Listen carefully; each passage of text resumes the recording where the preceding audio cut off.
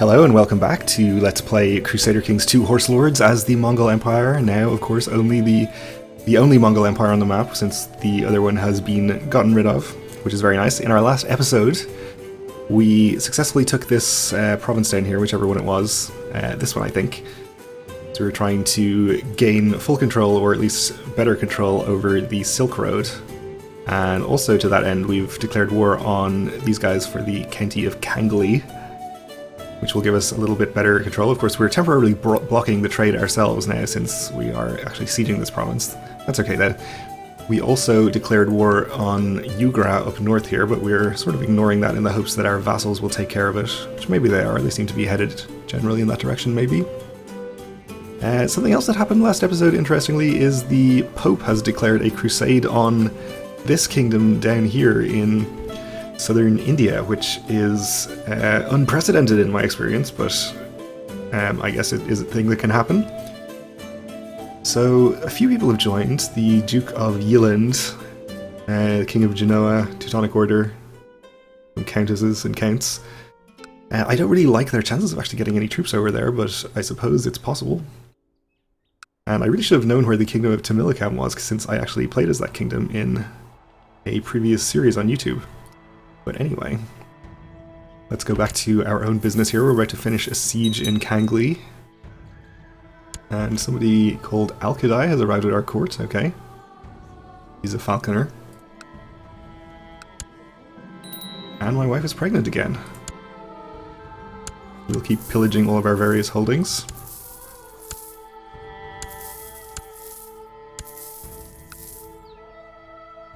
And we won our first siege there. In fact, our only siege, since there's only one holding. And in that case, I guess we'll just take our army and try to chase down the Vitebsk armies here, and they had a couple more over here, I think, which actually our vassals are taking care of, so that's not really an issue. We'll just chase down this one and then probably come back to start sieging some more holdings. Okay, we lost a siege in Ural. Pretty large army from Yugra, and I think Perm is in on this war now as well. But it seems like our vassals are gathering together and are hopefully going to go deal with that for us.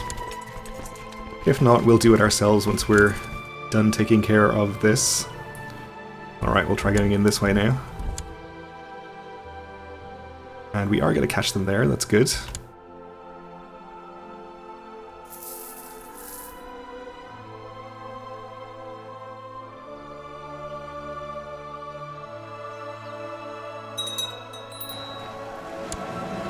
Got a little bit of war score from that. We captured this guy, who is a member of the ruling dynasty there. Formerly our vassals, okay. And we also gained a better understanding of military matters. That's nice. Faster military technology spread rate. And we have a new vassal here. Khan Guyug the Wolf. He's called the Wolf, though he doesn't actually have wolf's blood. That's interesting. He's iconoclast. Weird. Alright, well, he's not particularly happy with me, so maybe we should try to do something about that. Partially because he thinks that we're an infidel, of course. Here we have plenty of honorary titles to hand out. Let's actually just check who else we should give honorary titles to. We don't really care about our feudal vassals, since we're going to gradually revoke all of their titles and pillage their holdings.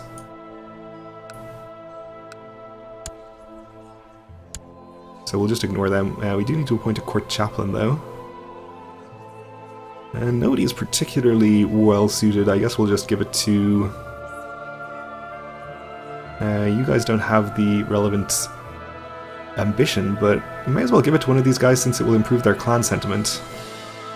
I think the two clans here are both relatively weak. Yeah, they're both only 6 counties each. So it doesn't really matter which is which. We'll give it to you. And I'm not sure we really need to send him to do any of the possible jobs there, so we'll just allow him to keep doing whatever he's doing. more of a symbolic title. Kan Chigu the Cruel, leader of the Todogen clan, has adopted the faith of Chigu and become iconoclast. Yes, I noticed. But thanks for telling me. I suppose there's nothing we can actually do about that. I know we can't tell him to convert. That's not you, it was somebody else. You. We could declare a blood oath with him or declare a feud on him. Not sure, maybe it actually would be a good idea for us to form a blood oath with one of our vassal clans. Not sure if that really improves the stability of our position, but couldn't hurt. I guess with the strongest one? So actually, if we want to create a new clan, we'd want to split the strongest clan, so it would probably be better to choose the second strongest clan. For instance, you. They don't want to, though. And you probably won't because you think I'm an infidel. How about you? Alright, that was the strongest one. Oh well, never mind. It only lasts until one of our characters dies anyway, and we are pretty old at this point. So we probably won't even need to split the clans anytime soon.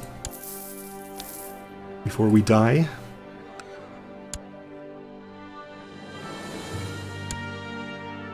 Let's check on the Crusade. 0%, not unexpectedly.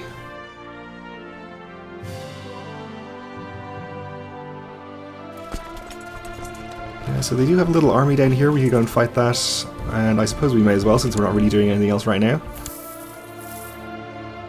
Looks like our vassals are doing okay up here. 33% monthly attrition, that's pretty nasty. I'm guessing because this is pagan tribal land and also maybe winter, though it's May, so probably not. Okay, clan sentiment improved. We have a few more holdings we can pillage.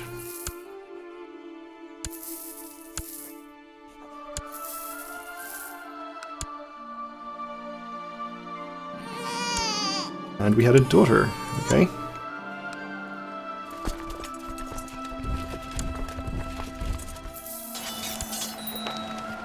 Alright, we caught the army there and fought them. We're up to 70% war score. This guy claims he would be a better spy master. Well, our current spy master is not landed or anything, so we'll give him the job, that's fine. And we'll send him off to Constantinople.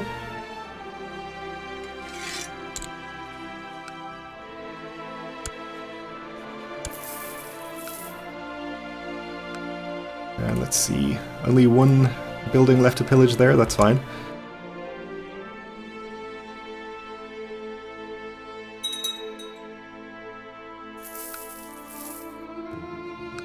Oh, I guess they built a fort in here. Oh no, there's a trade post we're sieging now, that's fine. We can do that. And our sheep has finished construction. So we can build something else here.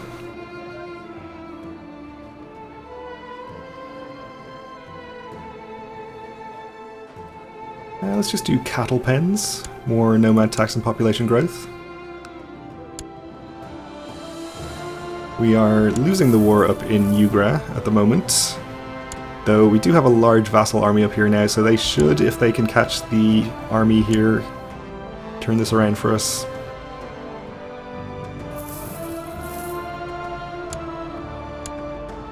And they caught them, good. And the anti-papacy of Pope Martinus has ended. Okay. That was Scotland's anti-pope, I think. Is this a revolt war to depose the anti-pope? That's for somebody's claim on Scotland, okay. Well, I'm not sure if we can find out exactly what happened there, but either way. There is no longer an anti-pope.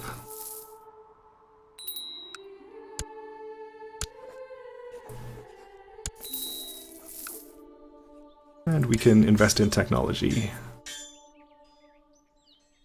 So I'm assuming that cavalry is going to be our best option here, probably. Not sure if military organization does anything for us. I guess it does morale and supply limit, which is certainly useful. We get both of those then. And we have a weak claim we can press. Or a barony or something in there. Okay. Probably not really something I'm interested in.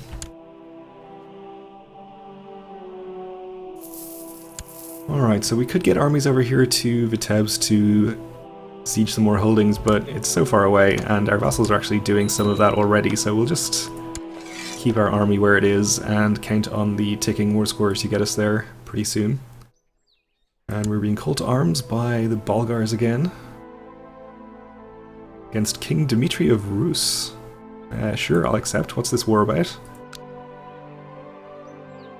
Russian liberation of Ugra. Which is a duchy? Okay. They stand to lose 2 counties if they lose that. I guess we'll help them out, maybe. Or, more likely, I'll just call my vassals in and they can do it, if they are so inclined. We'll let them win this other war for us first, though.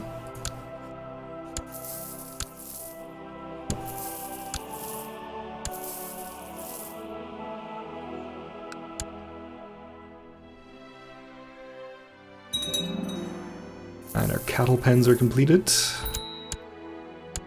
We lost a siege there, that's okay. That was actually just a holding being taken back. Let's do the meat preserver, why not? Village Bryansk, which now no longer exists, so we should probably revoke a title over here so we have another holding to pillage.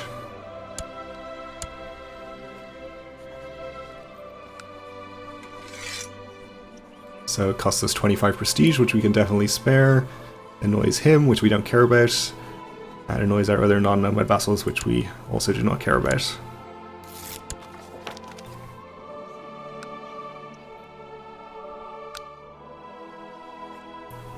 So we can't actually pillage this now, of course, because we just pillaged something in that county. That's fine.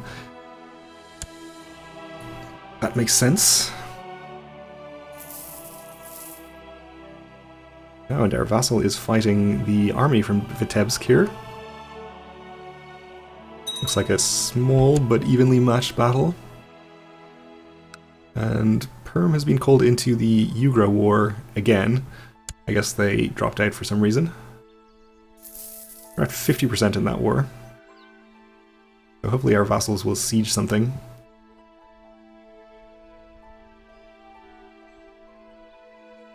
Because otherwise we're going to be losing ticking war score, I imagine.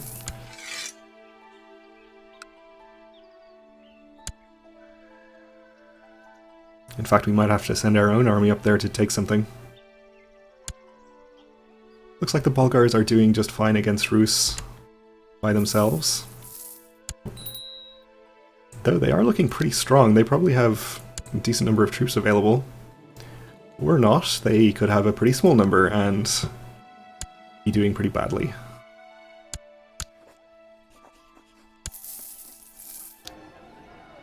Okay. Still lots of pillaging to be done there.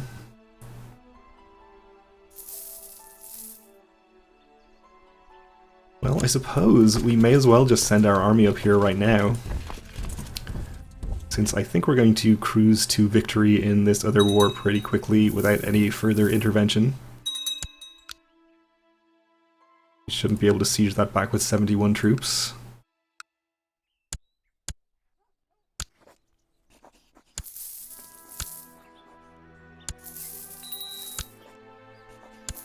And we can invest in technology again, thanks to all of this pillaging. Economy tech this time, so I don't think that we get any benefit from infrastructure, or improved keeps possibly. Faster build time and cheaper build cost is probably good, as is trade value and that kind of thing. I guess we'll do that. We can actually do both, that's fine.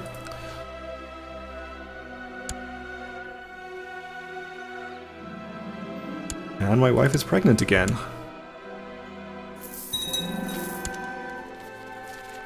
We have a Catholic revolt. Okay. Catholic rebels have risen up in Oshrusana, led by a militant priest. If not swiftly crushed, this revolt could spread like wildfire. The cursed infidels. That's down in our recently conquered county here. They have 800 men. That's not really a sizable uprising. I guess we'll just call in vassals to this. Hopefully some of them will take care of it. Actually, why don't we split off some troops of our own to do it.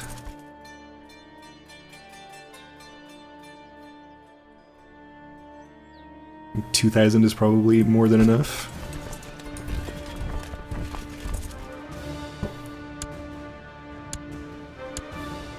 We lost a siege to them already, okay. Our daughter became a skilled tactician, good for her. And we have been sent a bishop to preach to us.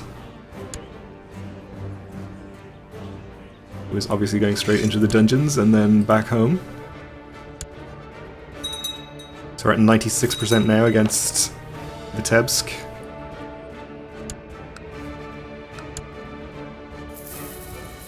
%98%.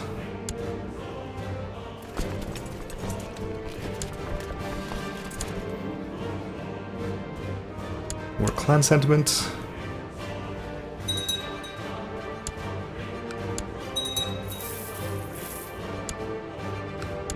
Alright, looks like they are not even trying to escape, so we should win that battle very easily. I never started something else building in my capital, so let's do that. More population growth, why not?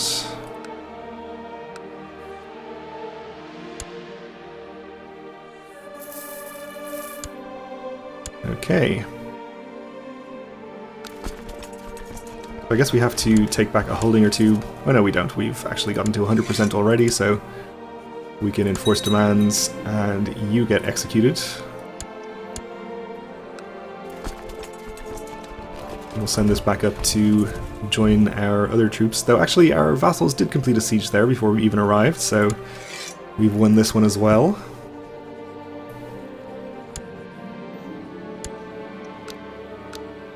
Taken two tribal vassals up here, or I guess one tribal vassal, the other guy is his vassal. So we can revoke their lands or revoke their titles at some point in the future if we need more things to pillage. We'll just leave them be for the moment though. And we are at 100% against Vitebsk also, for Kangli. So we can enforce demands there. So we actually gained this ourselves. I guess we'll just hold on to it and pillage it to the ground. Which shouldn't actually take too long, it's not particularly well upgraded. But now the Silk Road is back in operation and we control a fairly good chunk of it actually, so we should be able to ensure that at least in that part there's no disturbances, as long as we don't go to war ourselves, of course. And we could also build more trade posts along it, so why don't we actually build one right now? There's already one here actually, okay. And what is the most eastern point that we control? I guess it's here, so we may as well build a trade post. No? Oh, we're at our trade post limit. I see, okay. Well, that's fine then. I suppose we could upgrade the trade posts that we already have as well. Except that we don't have the tech for that one. Or for that one. Okay.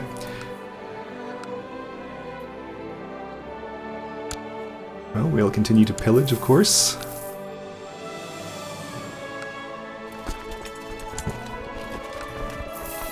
And I'm not sure where we'll declare war next. I guess we could declare on Perm for more land up here, or we could declare on Khotan and or Hotan for more Silk Road provinces, which could be useful.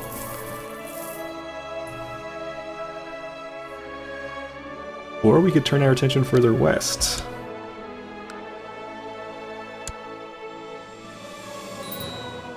Well, I guess we'll decide next time. We're actually just about out of time for this episode. So we'll leave it here for now. Thanks for watching, and join me again next time.